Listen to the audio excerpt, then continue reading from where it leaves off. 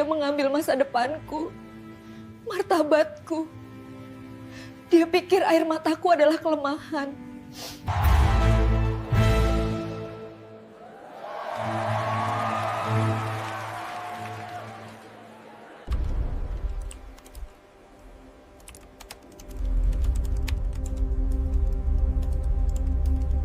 Mereka adalah pelajaran yang harus dia pelajari.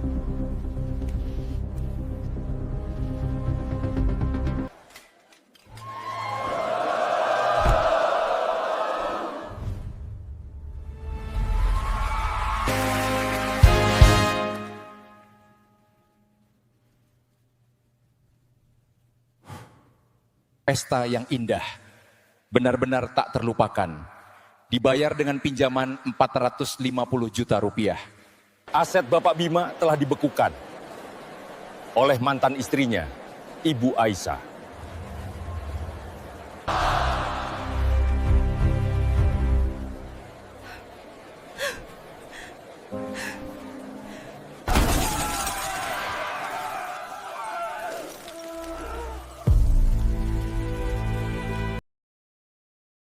Dulu, Bima adalah duniaku.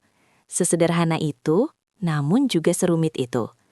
Pernikahan kami, bagiku adalah sebuah benteng kokoh, sebuah pilar kebahagiaan yang kuyakini tak akan pernah tergoyahkan oleh badai sekencang apapun. Aku tidak hanya mencintainya sebagai seorang istri, aku mendedikasikan seluruh napas dan waktuku untuknya. Aku adalah bayang-bayang yang memastikan cahayanya tetap bersinar terang. Di balik jas mahalnya yang selalu licin dan senyum karismatik yang memikat klien, ada tanganku yang bekerja dalam diam. Aku bukan sekadar ibu rumah tangga yang menunggu di ambang pintu. Aku adalah otak di balik keteraturan aset-asetnya.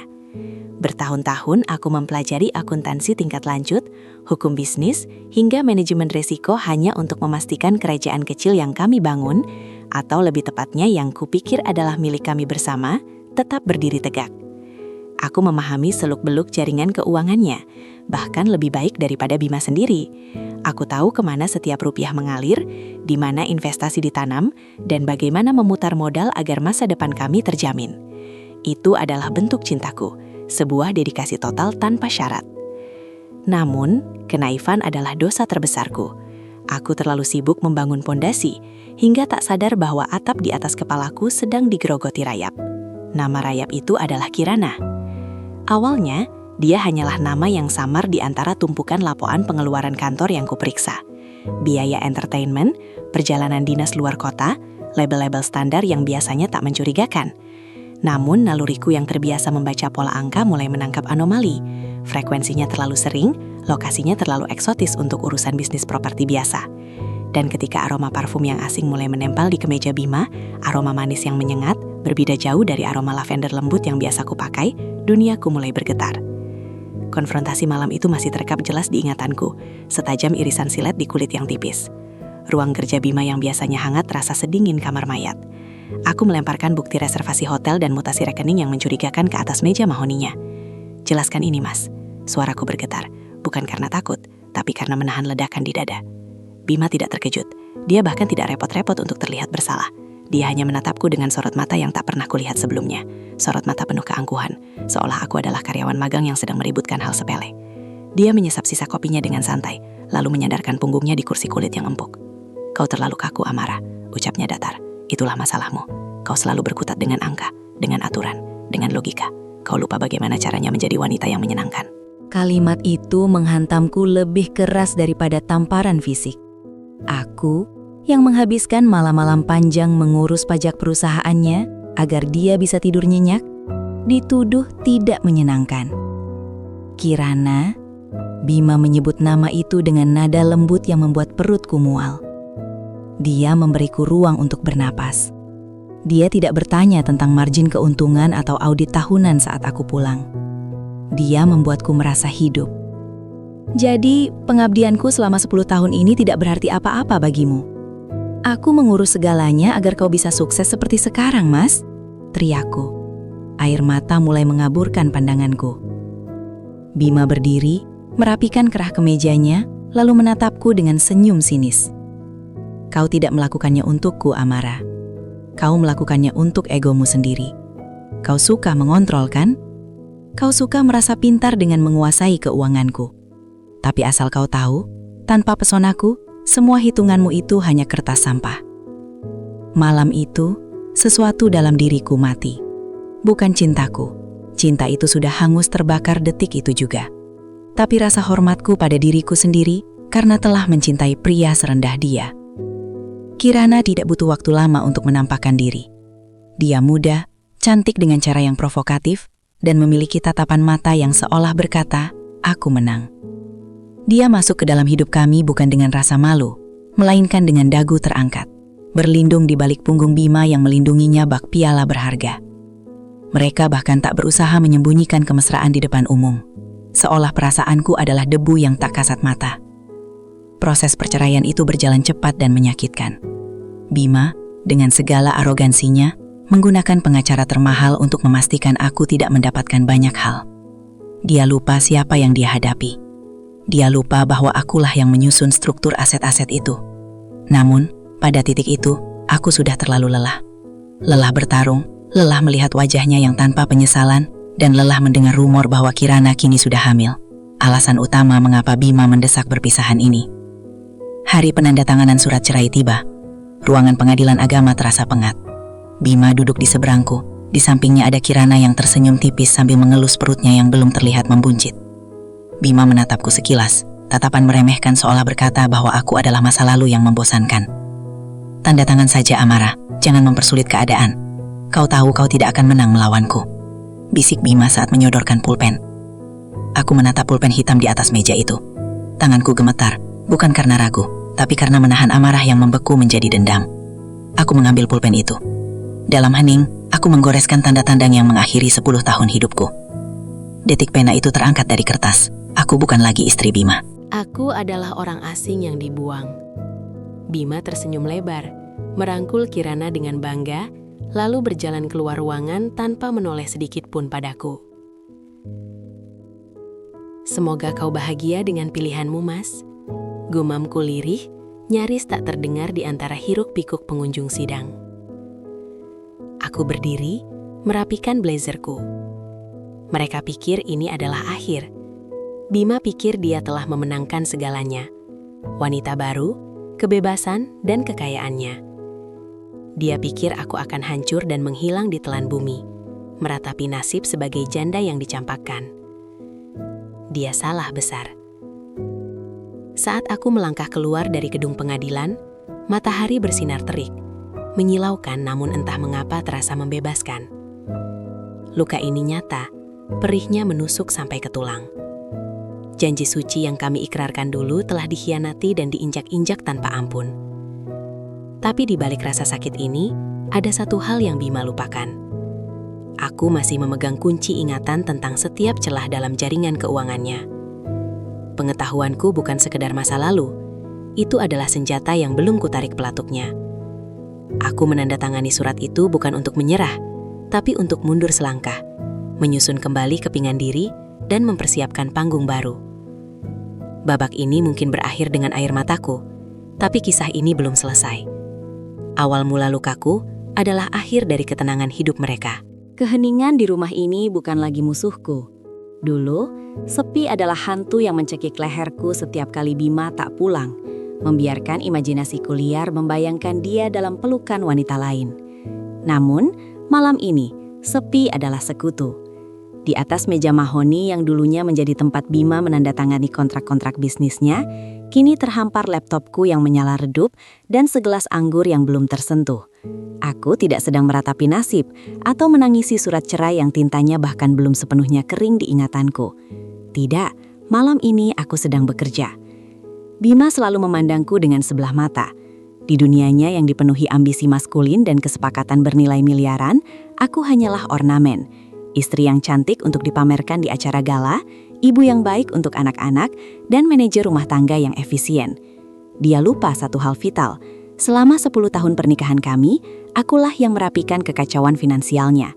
Akulah yang duduk berjam-jam dengan akuntan ketika perusahaannya hampir kolaps 5 tahun lalu. Akulah yang menyusun struktur aset pribadi kami agar terhindar dari pajak progresif yang mencekik. Dia pikir pengetahuanku hanya sebatas belanja bulanan, padahal aku hafal mati setiap digit nomor rekening, setiap sandi brankas, dan setiap celah dalam aliran dana yang dia bangun. Rasa sakit akibat pengkhianatannya memang masih membakar, seperti bara api yang diletakkan di tengah dada. Namun, alih-alih membiarkan api itu menghanguskan diriku hingga menjadi abu, aku menggunakannya untuk menimpa baja tekadku. Ini bukan dendam buta, ini adalah kalkulasi. Di layar laptop, deretan angka dan grafik terpampang jelas. Aku masuk melalui pintu belakang sistem perbankan prioritas kami. Akses yang Bima kira sudah dia tutup dengan mengganti password email utamanya. Dia lupa, pertanyaan keamanan untuk memulihkan akun itu adalah nama hewan peliharaan pertamaku. Sesuatu yang dia anggap remeh tapi justru menjadi kunci kehancurannya malam ini. Tujuanku spesifik, rekening investasi dana liquid yang dia siapkan untuk hidup barunya. Aku tahu besok pagi dia dijadwalkan untuk mentransfer uang muka sebesar 30% untuk sebuah penthouse mewah di kawasan Jakarta Selatan. Penthouse yang ironisnya dia janjikan pada wanita itu sebagai simbol kebebasannya dariku. Sebuah istana yang dibangun di atas reruntuhan harga diriku. Jemariku menari di atas keyboard dengan ketenangan yang menakutkan. Bahkan bagi diriku sendiri, aku tidak mencuri uangnya.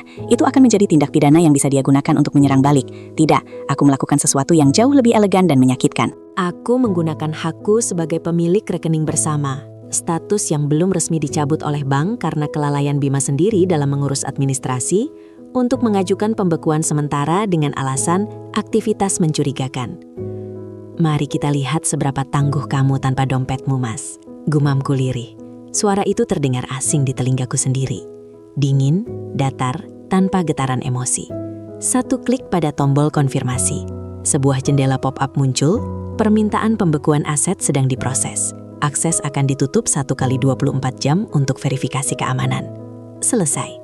Dalam hitungan detik, jaring pengaman finansial yang dia andalkan telah berubah menjadi jeruji besi.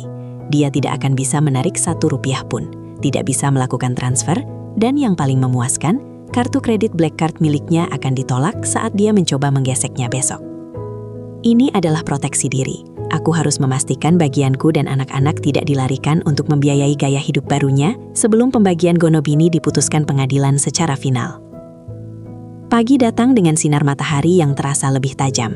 Aku sedang menikmati kopi di teras belakang ketika ponselku bergetar hebat di atas meja. Nama Bima berkedip di layar. Aku membiarkannya berdering 3 kali. Menarik napas panjang untuk mengatur nada suaraku, lalu mengangkatnya. "Apa yang kamu lakukan?" Teriakan Bima langsung menyambar telingaku bahkan sebelum aku sempat mengucapkan halo. Suaranya panik, penuh amarah, dan sedikit ketakutan. Kombinasi yang jarang ku dengar dari mulut pria yang biasanya begitu angkuh. "Selamat pagi juga, Bima. Ada apa teriak-teriak pagi-pagi begini?" Jawabku tenang, menyesap kopiku perlahan. "Jangan pura-pura bodoh. Rekening investasi, kartu kredit, semuanya decline. Aku sedang di kantor pemasaran properti sekarang, dan aku terlihat seperti orang tolol karena transaksinya gagal. Kamu yang melakukannya, kan?" Aku bisa membayangkan wajahnya yang memerah, urat lehernya yang menonjol, dan tatapan merendahkan dari staf pemasaran yang mungkin mengira dia hanya penipu bermodal tampang. Bayangan itu memberikan kepuasan yang aneh. "Oh, itu," jawabku santai. "Aku mendapat notifikasi ada upaya pemindahan dana dalam jumlah besar yang tidak wajar. Sebagai pemegang rekening bersama yang sah, aku melaporkannya sebagai aktivitas mencurigakan. Bank hanya melakukan prosedur standar untuk mengamankan aset kita sampai proses perceraian dan pembagian harta selesai. Kamu tahu kan, Mas, hukumnya begitu." "Amankan aset, kamu sengaja menyabotaseku. Aku butuh uang itu sekarang, batalkan laporannya, sekarang," bentaknya lagi. "Sayang sekali, Bima, prosedur verifikasi memakan waktu minimal 3 hari kerja, kadang bisa sampai 2 minggu jika ada indikasi sengketa harta." Dan mengingat kita memang sedang sengketa, ya kamu harus bersabar. Hening sejenak di ujung sana. Hanya terdengar napasnya yang memburu. Dia mulai menyadari bahwa dia tidak sedang berbicara dengan istri penurut yang dulu ia kenal. Dia sedang berhadapan dengan lawan yang memegang kartu as. Kamu benar-benar ular," desisnya. Suaranya merendah, penuh racun. "Kamu pikir dengan menahan uangku aku akan kembali padamu? Jangan mimpi." Aku tertawa pelan. Tawa yang kering dan tanpa humor. "Kamu salah paham, Bima. Aku tidak menginginkanmu kembali. Aku hanya memastikan hakku dan anak-anak tidak kamu bakar demi egomu.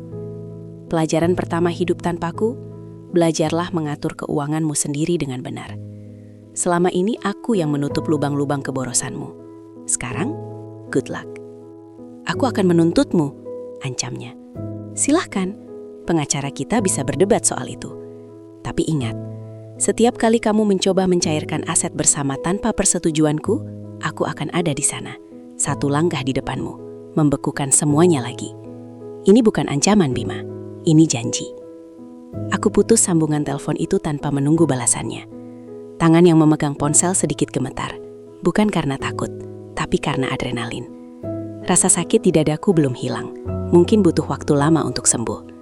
Tapi pagi ini, untuk pertama kalinya sejak dia mengucapkan kata cerai, aku tidak merasa hancur. Aku merasa berdaya. Aku kembali menatap layar laptopku. Masih ada beberapa aset lain. Saham minoritas di perusahaan rintisan dan beberapa deposito berjangka. Aku tahu persis kapan jatuh temponya. Rencanaku belum selesai. Ini baru langkah awal dalam permainan catur yang dia mulai. Tapi akulah yang akan menentukan bagaimana permainan ini berakhir. Angin pagi menerpa wajahku, membawa aroma rumput basah. Aku berdiri, merapikan baju tidurku, dan berjalan masuk ke dalam rumah. Rumah ini mungkin kosong dari kehadirannya, tapi kini penuh dengan kehadiranku yang utuh. Aku bukan lagi wanita yang menangis di sudut kamar. Aku adalah arsitek dari kebangkitanku sendiri. Dan Bima baru saja merasakan batu bata pertama yang kulemparkan dari benteng pertahananku. 450 juta rupiah. Angka itu berdengung di kepalaku, bukan sebagai sebuah nominal kekayaan, melainkan sebagai simbol kebodohan yang dipoles dengan emas imitasi.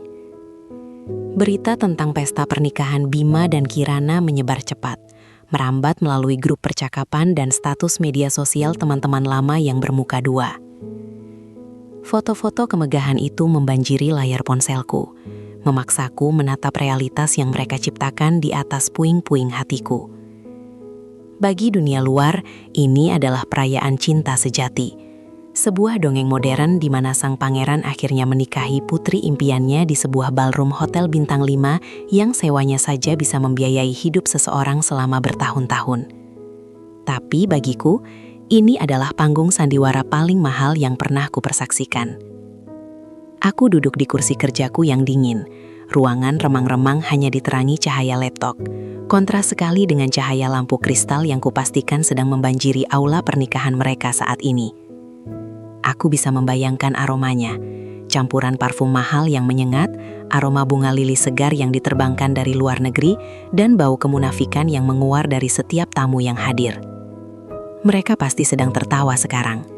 Bima, dengan setelan jas seharga motor baru yang membalut tubuhnya, berdiri tegak seolah ia adalah penguasa dunia. Di sampingnya, Kirana pasti tersenyum lebar, memamerkan deretan gigi putih dan gaun berekor panjang yang menyapu lantai, seolah ingin menyapu bersih jejak dosa masa lalu mereka. Lihatlah dunia, kami menang. Mungkin itu yang diteriakkan hati mereka setiap kali kilatan kamera menyambar wajah-wajah tanpa rasa bersalah itu. Mereka pikir 450 juta itu adalah bukti kemapanan. Bima selalu begitu, lelaki yang mendefinisikan harga diri melalui label harga. Dia lupa, atau mungkin sengaja melupakan bahwa fondasi finansial yang ia banggakan itu rapuh. Uang yang mereka hamburkan untuk menyewa orkestra, memesan catering premium dan mendekorasi pelaminan bak istana Versailles itu bukanlah uang dingin. Itu adalah hasil dari manipulasi aset dan pinjaman yang ia ambil atas nama perusahaan yang ia pikir masih sepenuhnya miliknya, tanpa menyadari bahwa aku telah perlahan mengambil alih kendali di balik layar selama 3 bulan terakhir. Getaran ponsel di atas meja membuyarkan lamunanku. Sebuah pesan masuk dari Rian, pengacara sekaligus orang kepercayaanku yang kususupkan sebagai tamu undangan, atau lebih tepatnya, mata-mata. Ia mengirimkan sebuah video singkat. Di layar kecil itu, aku melihat Bima mengangkat gelas sampahnya, wajahnya memerah karena alkohol dan euforia. Musik menggelegar, menutupi suara hati nurani yang mungkin sudah mati.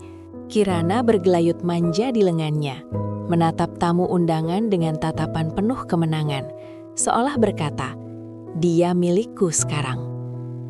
Sorak-sorai tamu terdengar riuh, menyanjung pasangan yang serasi itu. Hatiku berdesir, bukan lagi karena cemburu atau sakit hati, melainkan karena adrenalin.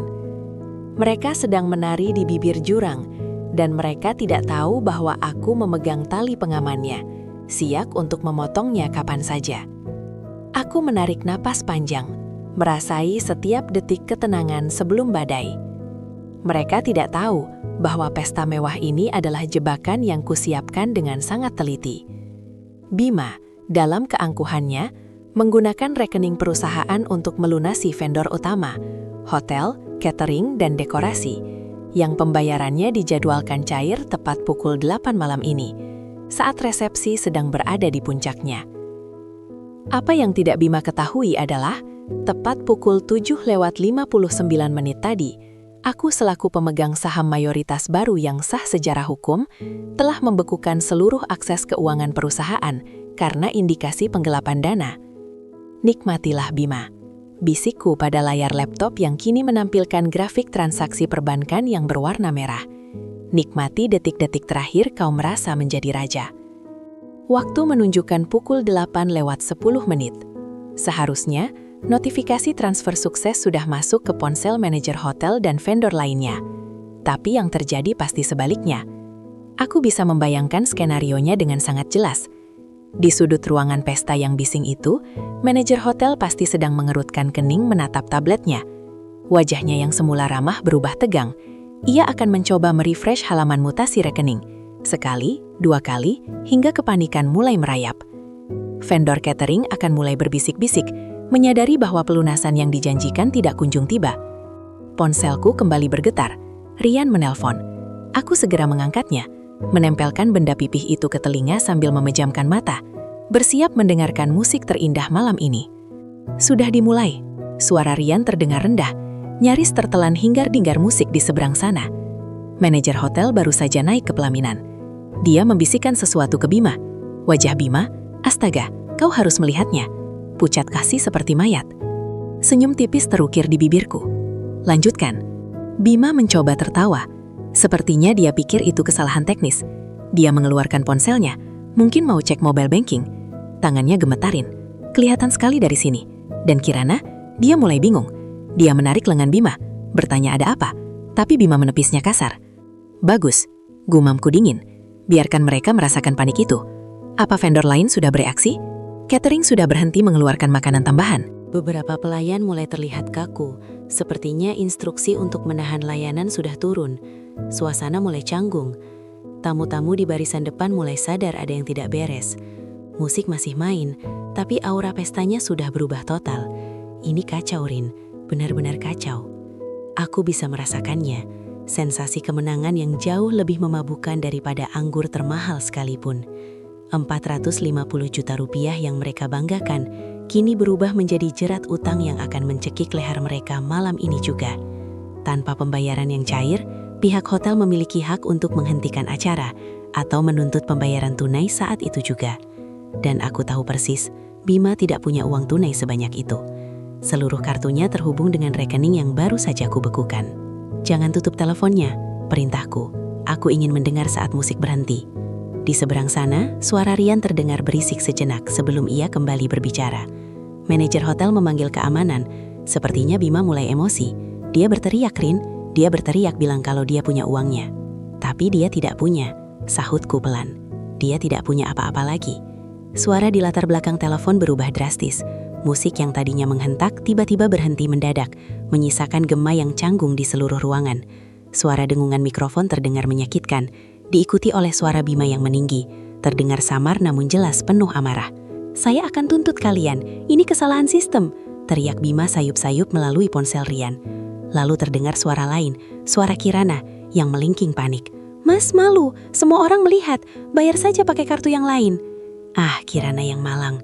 Dia tidak tahu bahwa kartu yang lain pun hanyalah plastik tidak berguna malam ini. Mereka dikepung vendorin, lapor Rian. Nadanya kini bercampur antara rasa kasihan dan kepuasan melihat keadilan ditegakkan. Tamu-tamu mulai kasakusuk. Beberapa sudah mulai turun panggung dan pulang. Fotografer bahkan sudah menurunkan kameranya. Pesta 450 juta ini baru saja berubah menjadi lelucon paling mahal di kota ini.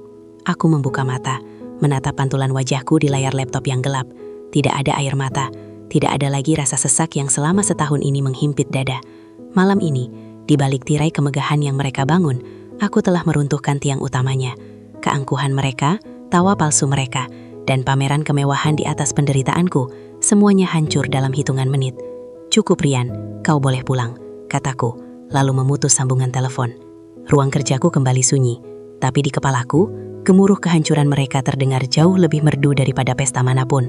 Aku menyandarkan punggung, membayangkan Bima yang kini terpojok, dikejar tagihan ratusan juta di hadapan ratusan tamu undangan. Sementara Kirana menangis bukan karena haru, melainkan karena malu yang tak tertahankan. Ini baru permulaan. Pembekuan aset hanyalah langkah pertama. Besok pagi, saat matahari terbit dan mereka terbangun dengan tumpukan utang vendor dan rasa malu yang viral, surat panggilan audit perusahaan akan mendarat di meja Bima. Selamat menempuh hidup baru, bisikku pada kegelapan, menutup laptop dengan satu gerakan tegas. Semoga kalian kuat menanggung mewahnya penderitaan. Layar monitor beresolusi tinggi di hadapanku memancarkan cahaya dingin, satu-satunya sumber penerangan di ruang kerjaku yang gelap.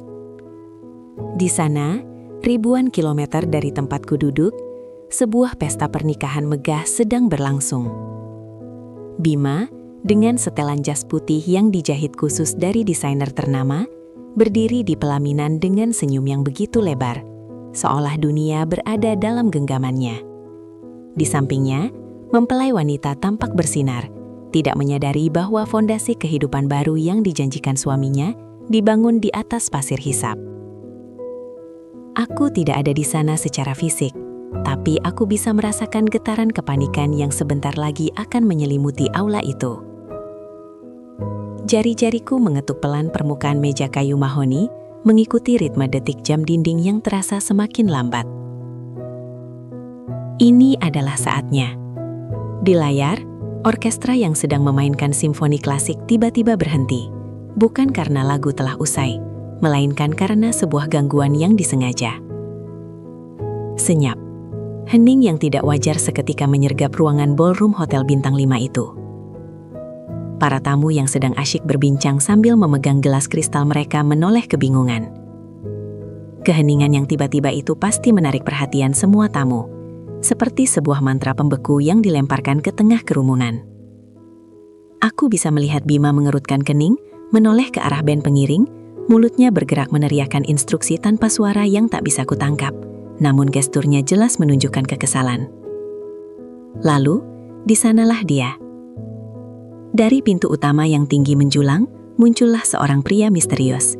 Langkahnya tegap, setelannya rapi berwarna abu-abu arang, kontras dengan dekorasi pesta yang serba emas dan putih. Sorot matanya tajam, menyapu ruangan dengan ketenangan seorang predator yang tahu bahwa mangsanya tidak bisa lari. Aku telah menunjuknya minggu lalu, seorang pengacara korporat spesialis likuidasi yang kutunjuk sebagai utusanku. Namanya tidak penting bagi mereka, yang penting adalah pesan yang dibawanya. Dia berjalan membelah kerumunan tamu undangan, tidak ada yang berani menghalanginya. Aura otoritas yang memancar darinya membuat para pelayan menyingkir dan tamu-tamu elit itu mundur selangkah, memberikan jalan.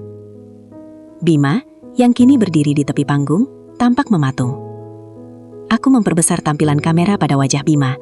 Ada kilatan pengakuan di matanya, lalu disusul oleh ketakutan murni. Dia tahu siapa yang mengirim pria itu. Sang utusan tidak membuang waktu. Ia menaiki tangga panggung dengan gerakan efisien, mengabaikan protes lemah dari pembawa acara yang mencoba menahannya. Dengan tenang, ia mengambil mikrofon dari stand di panggung utama. Bunyi feedback melengking sejenak, membuat beberapa tamu menutup telinga. Sebelum akhirnya suaranya yang berat dan tenang menguasai seluruh sistem audio gedung itu. Mohon maaf mengganggu perayaan ini. Suaranya bergema, tenang namun penuh otoritas yang membungkam bisik-bisik para tamu. Saya di sini sebagai perwakilan hukum dari pihak kreditur utama Saudara Bima Anggara. Aku melihat dada Bima naik turun dengan cepat. Wajahnya pucat pasi, kontras dengan bedak tipis yang ia kenakan untuk kamera pernikahan. Ia melangkah maju, mencoba merebut mikrofon. Namun dua orang keamanan, yang rupanya juga bagian dari tim utusanku, muncul dari sisi panggung dan menahan langkahnya dengan sopan namun tegas. "Apa-apaan ini? Matikan mikrofonnya!" teriak Bima. Suaranya terdengar sayup-sayup melalui mikrofon yang masih dipegang utusanku. Namun, perintah itu terlambat. Sang utusan melanjutkan, matanya menatap lurus ke arah Bima, seolah menatap langsung ke arah kamera tempatku menonton. Saya diperintahkan untuk menyampaikan pemberitahuan mendesak secara langsung, mengingat tidak adanya respons terhadap somasi kami selama 3 hari terakhir. Mulai detik ini, seluruh akses dana pinjaman yang sedianya digunakan untuk membiayai akuisisi properti, dan sayangnya, pelunasan vendor acara hari ini telah resmi dibekukan. Suara helaan nafas kaget terdengar serentak dari ratusan tamu. Ibu mertua Bima terlihat memegang dadanya, seolah pasukan oksigen di ruangan itu baru saja disedot habis. Fakta mengejutkan yang harus kami sampaikan adalah, lanjut utusanku tanpa belas kasihan, setiap suku katanya terukur, bahwa jaminan aset yang diajukan saudara Bima ditemukan fiktif dan rekening penampungan yang ia klaim berisi dana pribadi saat ini memiliki saldo 0 rupiah. Oleh karena itu, segala bentuk transaksi yang mengatasnamakan klien kami dinyatakan batal demi hukum. Kalimat itu adalah vonis mati bagi reputasi Bima. Aku tahu rencanaku telah mencapai puncaknya. Setiap kata adalah dentuman keadilan bagiku. Ini bukan sekedar tentang uang. Ini tentang memperlihatkan siapa Bima sebenarnya di hadapan orang-orang yang paling ingin ia buat terkesan. Bohong, itu fitnah. Bima berteriak histeris. Wibawanya runtuh seketika menjadi kepanikan seorang penipu yang tertangkap basah. Singkirkan dia dari sini. Keamanan, di mana manajer hotel? Namun manajer hotel justru terlihat berjalan mendekat ke panggung dengan wajah pucat, memegang tablet yang mungkin berisi notifikasi gagal bayar dari kartu kredit Bima. Pemandangan itu begitu kacau, namun bagiku itu adalah lukisan mahakarya. Sang utusan meletakkan mikrofon kembali ke tempatnya dengan perlahan, sebuah gestur finalitas yang mengerikan. Ia tidak perlu berdebat, ia tidak perlu marah, tugasnya sudah selesai. Ia merapikan jasnya, mengangguk singkat ke arah pengantin wanita yang kini menatap Bima dengan tatapan ngeri dan air mata yang mulai menggenang. Lalu berbalik turun dari panggung.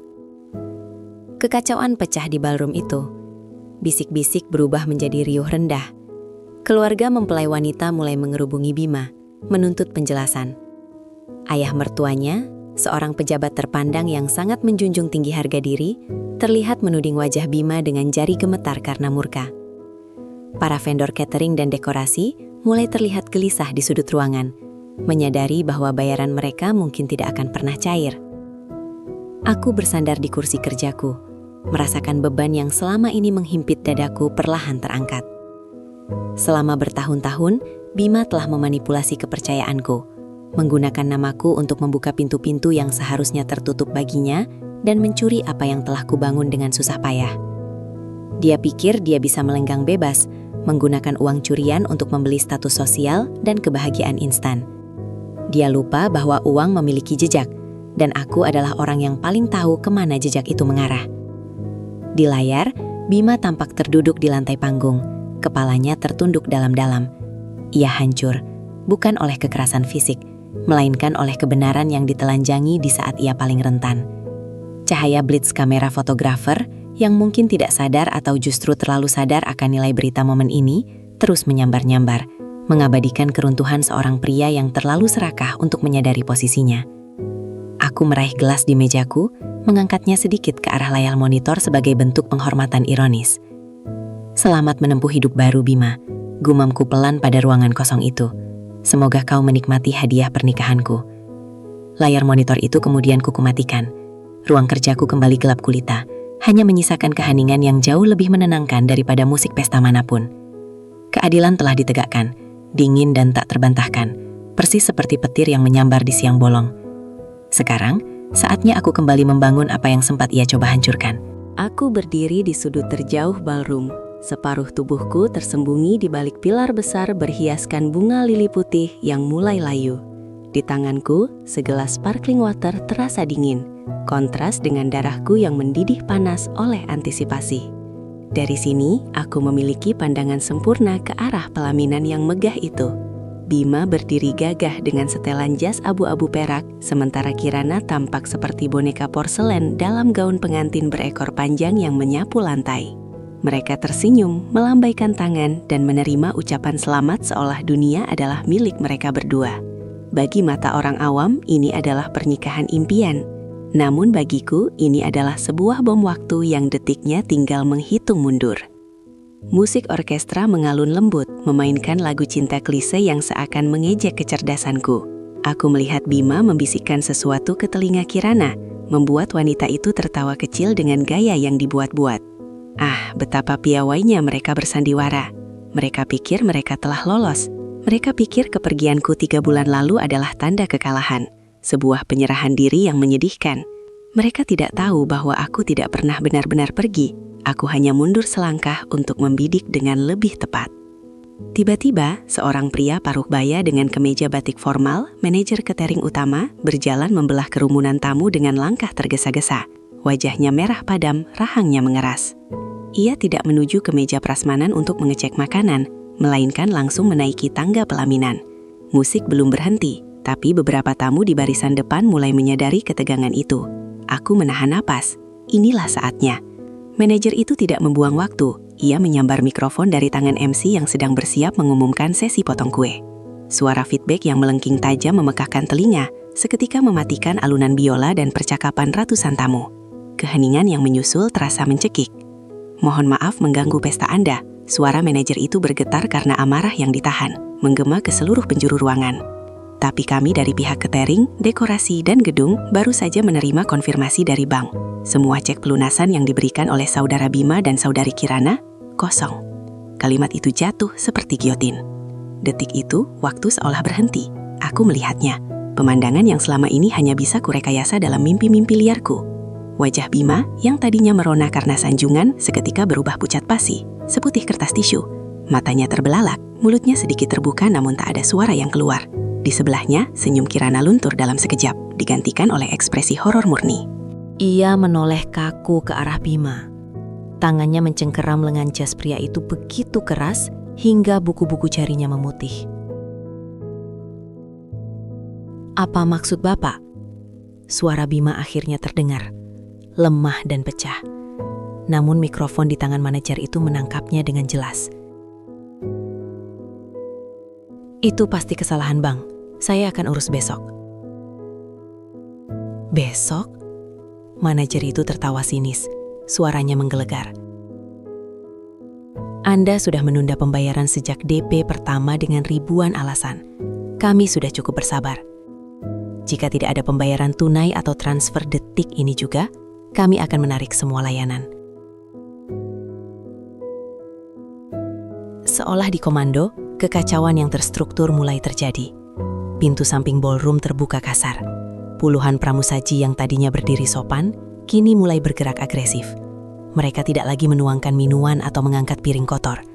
Sebaliknya, mereka mulai menarik taplak meja, mengambil nampan-nampan makanan yang masih penuh, dan membawanya kembali ke dapur. Rasanya jauh lebih manis sekarang.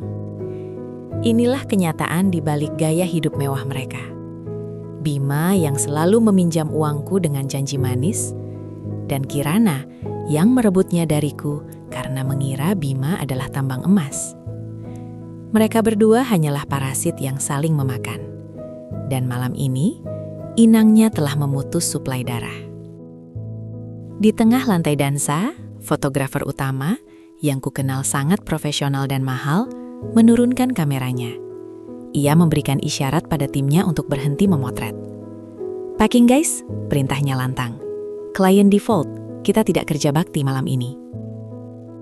Lampu-lampu ambience yang redup dan romantis tiba-tiba dimatikan oleh teknisi gedung, digantikan oleh lampu sorot cleaning service yang terang benderang dan menyakitkan mata. Cahaya putih yang kasar itu menelanjangi segalanya. Tidak ada lagi kilau glamur. Yang terlihat hanya wajah-wajah berminyak yang panik, sisa makanan yang berantakan, dan dekorasi setengah jadi yang sedang dibongkar paksa. Seorang tamu, mungkin salah satu investor yang sedang didekati Bima, berjalan mendekat ke pelaminan. Ia meludah ke lantai, tepat di depan tangga pelaminan. "Saya tarik semua tawaran kerjasama kita, Bima. Saya tidak berbisnis dengan penipu amatir." Bima berusaha mengejarnya. "Pak, tunggu. Ini salah paham, Pak." Tapi langkahnya terhenti ketika vendor tenda mulai menarik karpet merah yang dipijaknya, membuatnya terhuyung dan jatuh berlutut. Pemandangan Bima yang berlutut di tengah panggung yang sedang dibongkar, dengan Kirana yang meraung-raung di sampingnya sambil menutupi wajah, adalah masterpiece yang lebih indah dari lukisan apapun.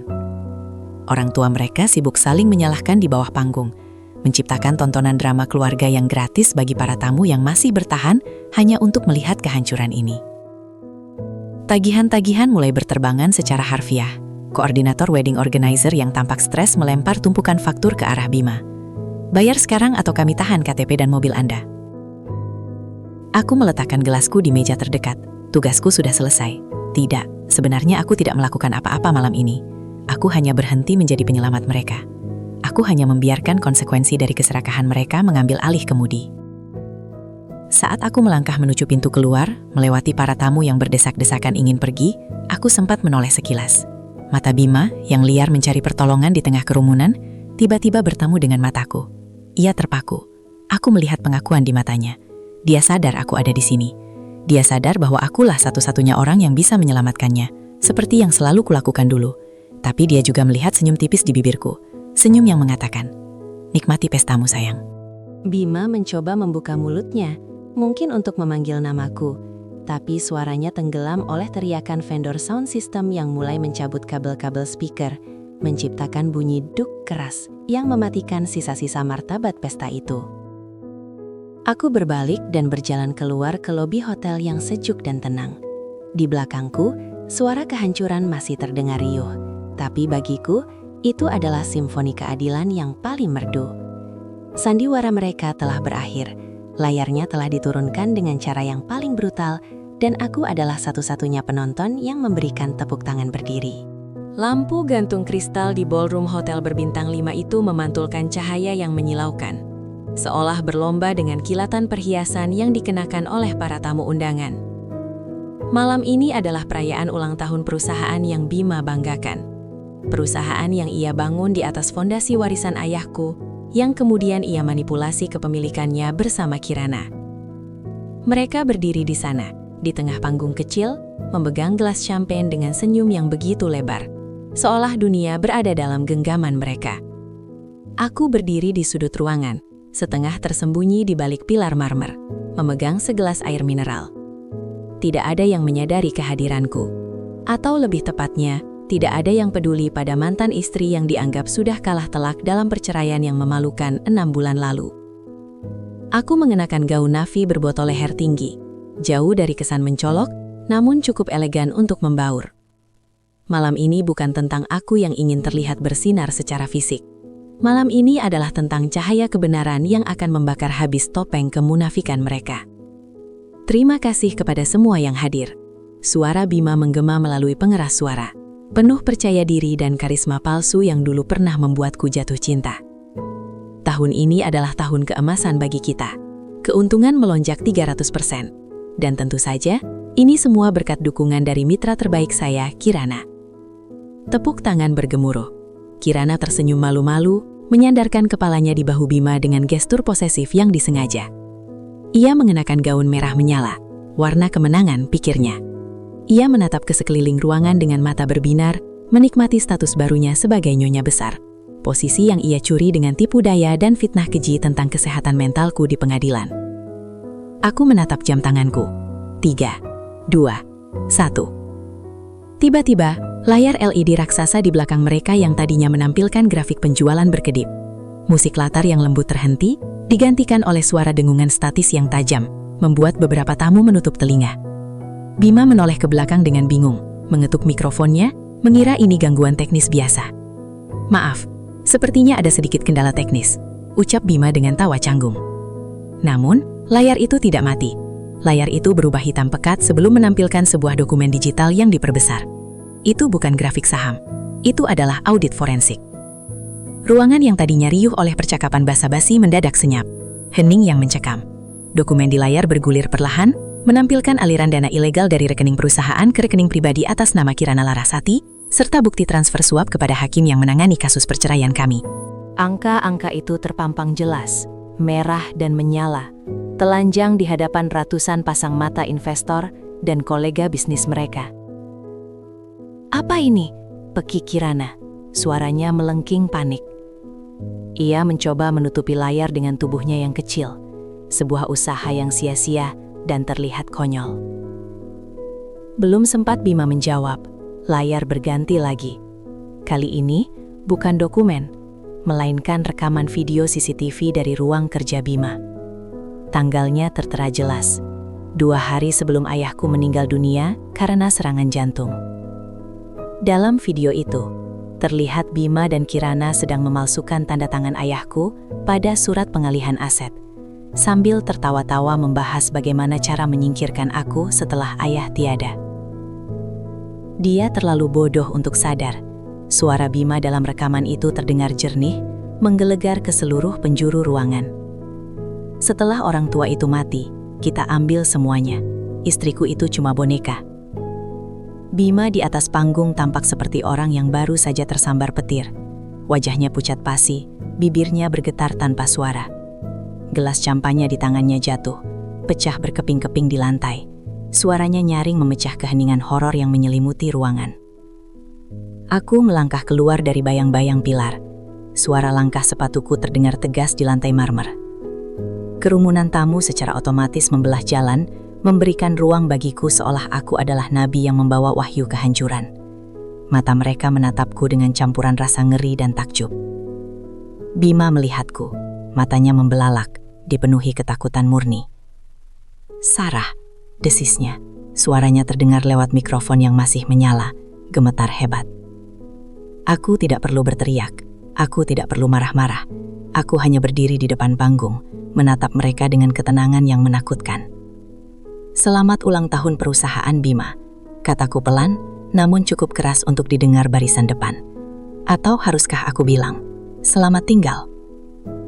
Dari pintu samping, sekelompok pria berseragam kepolisian dan petugas kejaksaan masuk dengan langkah tegap. Di belakang mereka, pengacaraku, Pak Haryo, berjalan dengan senyum tipis sambil membawa berkas asli yang sudah diverifikasi. Bima Prakoso dan Kirana Larasati, suara petugas polisi itu tegas. "Kami memiliki surat perintah penangkapan atas dugaan penggelapan dana, pemalsuan dokumen negara, dan dugaan pembunuhan berencana terkait kelalaian medis mendiang Bapak Wijaya." "Tidak, ini bohong, ini rekayasa wanita gila itu," Kirana berteriak histeris, menunjuk wajahku dengan jari yang gemetar. Riasan wajahnya mulai luntur oleh keringat dingin dan air mata. "Bima, lakukan sesuatu, jangan diam saja." Tapi Bima sudah hancur. Ia tahu betul bukti itu asli. Ia melihatku, mencoba mencari sisa-sisa belas kasih yang mungkin masih aku miliki. "Sarah, kita bisa bicarakan ini." Tolong, jangan hancurkan aku di sini. Reputasiku. Reputasi, potongku dingin. Reputasimu dibangun di atas kuburan ayahku dan harga diriku yang kau injak-injak. Kau tidak punya reputasi, Bima. Kau hanya punya kebohongan yang sekarang sudah kadaluarsa. Petugas mulai memborgol tangan Bima. Pria yang 10 menit lalu merasa sebagai raja dunia, kini tampak kerdil, membungkuk, dan tak berdaya. Saat borgol dingin itu mengunci pergelangan tangannya, ia menatapku dengan tatapan kosong, menyadari bahwa ia telah kehilangan segalanya, uang, kekuasaan, dan kebebasannya. Kirana memberontak saat petugas wanita memegang lengannya. "Lepaskan, kalian tidak tahu siapa aku. Aku pemilik perusahaan ini." "Anda bukan pemilik apa-apa, Nyonya." Sela Pak Haryo tenang, menyodorkan dokumen ke arah Kirana. Berdasarkan keputusan pengadilan yang baru saja disahkan sore ini, seluruh aset perusahaan telah dibekukan dan dikembalikan kepada ahli waris sah, Ibu Sarah Wijaya. Anda berdua bangkrut, bahkan gaun yang Anda pakai itu dibeli dengan kartu kredit perusahaan yang sekarang sudah kami blokir. Kata-kata itu menghantam Kirana lebih keras daripada tamparan fisik. Lututnya lemas, ia merosot ke lantai panggung, menangis meraung-raung, bukan karena penyesalan, tapi karena kehilangan kemewahan yang ia dewakan. Para tamu undangan mulai berbisik, beberapa bahkan terang-terangan mengambil foto dan video kejadian itu. Kilatan kamera ponsel kini menjadi satu-satunya sorotan yang mereka dapatkan, sorotan aib yang akan abadi di internet. Teman-teman sosialita Kirana memalingkan wajah, pura-pura tidak kenal. Rekan bisnis Bima menggelengkan kepala, segera menelepon tim hukum mereka untuk memutus kontrak. Aku menyaksikan semuanya. Aku melihat runtuhnya kerajaan palsu mereka detik demi detik. Tidak ada rasa euforia yang meledak-ledak seperti yang kuduga. Tidak ada tawa jahat, yang ada hanya rasa lega yang luar biasa. Seolah beban ribuan ton baru saja diangkat dari pundakku. Saat polisi menggelandang mereka keluar dari ballroom, melewati kerumunan yang mencemooh, Bima sempat menoleh sekali lagi ke arahku. Matanya basah. "Kenapa, Sarah?" tanyanya lirih saat melewatiku. "Kau bilang kau mencintaiku." Aku menatap matanya dalam-dalam, memastikan dia mendengar jawaban terakhirku. "Aku mencintai pria yang kupikir adalah dirimu dulu, tapi pria itu tidak pernah ada. Dan keadilan tidak butuh cinta, Bima. Keadilan butuh kebenaran." Mereka hilang di balik pinju ganda, di bawah menuju mobil patroli yang lampu rotasinya memantul di dinding lobi hotel. Pesta termegah tahun ini berakhir dengan drama penangkapan yang paling memalukan dalam sejarah bisnis kota ini. Aku berbalik, meninggalkan ballroom yang kini kacau balau. Pak Haryo mengangguk hormat padaku. Semua sudah selesai, Bu Sarah. Aset Anda aman. "Terima kasih, Pak Haryo," jawabku tulus. Aku berjalan keluar menuju teras hotel. Angin malam menerpa wajahku. Terasa begitu segar dan bersih. Langit malam tampak cerah tanpa awan. Setelah semua usai, Ada kedamaian yang tak pernah kurasakan sebelumnya. Balas dendamku bukanlah tentang menghancurkan fisik mereka, melainkan tentang menegakkan kembali martabatku yang sempat mereka curi. Bima dan Kirana mungkin kehilangan segalanya malam ini. Uang, reputasi, dan martabat. Tapi aku menemukan kembali kepingan diriku yang hilang. Aku menarik napas panjang, mengisi paru-paruku dengan udara kebebasan. Kisah ini mengajarkanku bahwa kebenaran memang seperti air. Kau bisa membendungnya, kau bisa membelokkannya. Tapi pada akhirnya, ia akan selalu menemukan celah untuk mengalir dan menghanyutkan segala kotoran yang menghalanginya. Ada harga yang harus dibayar atas setiap perbuatan pengkhianatan. Dan malam ini, tagihan itu telah lunas dibayar. Keadilan datang dalam bentuk yang paling tak terduga, di tengah pesta pora kemenangan mereka sendiri, dan menjadi penutup yang paling memilukan bagi mereka yang bersalah. Aku merogoh tas tanganku, mengambil cincin kawin lamaku yang selama ini masih kusimpan sebagai pengingat rasa sakit, untuk memicu semangatku. Aku menatapnya sejenak di bawah sinar bulan. Lalu dengan gerakan ringan, aku melemparkannya ke dalam kolam air mancur di depan hotel. Blung, ria kecil muncul, lalu menghilang. Aku tersenyum. Kali ini, senyum yang benar-benar nyata. Aku telah bebas. Purna sudah.